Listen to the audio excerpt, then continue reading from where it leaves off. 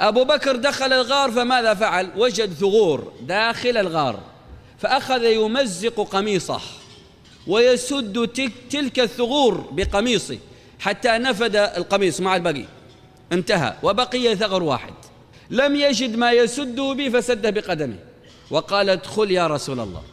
دخل النبي صلى الله عليه وسلم وأبو بكر ليس عليه ثوب، إنما هو إزار فقط، الثوب سد به الثغرات في الغار، وسد ثغر برجله، ودخل النبي صلى الله عليه وسلم، ونام النبي صلى الله عليه وسلم، وجلس في الغار 3 أيام في ظلمة.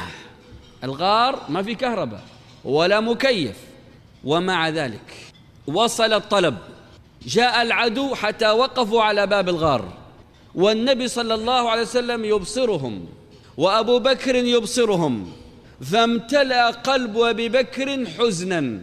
وهذه مهمة جدا أن نتنبه لها، أن النبي صلى الله عليه وسلم قال له: لا تحزن، ولم يقل لا تخف. وثمة فرق بين الحزن والخوف. ما الفرق بين الحزن والخوف؟ الخوف على النفس والحزن على الغير. فأبو بكر لا يخاف على نفسه، ولو كان يخاف على نفسه ما قال لي النبي صلى الله عليه وسلم: على رسلك حتى يدخل أنا الغار، بل يحزن أن يصيب النبي صلى الله عليه وسلم شيء. ماذا حصل؟ قالوا يا رسول الله، لو نظر أحدهم تحت قدميه لرآنا، وفي رواية لأبصرنا. قال: يا أبا بكر، ما ظنك باثنين الله ثالثهما؟ لا تحزن، لا تحزن علي. ويؤيد هذا المعنى قول الله عز وجل: إن الذين قالوا ربنا الله ثم استقاموا تتنزل عليهم الملائكة ألا تخافوا ولا تحزنوا. لا تخافوا على أنفسكم ولا تحزنوا على أهلكم وأولادكم من بعدكم، فالحزن على الغير والخوف على النفس. فأبا بكر حزين في الغار على من؟ على رسول الله.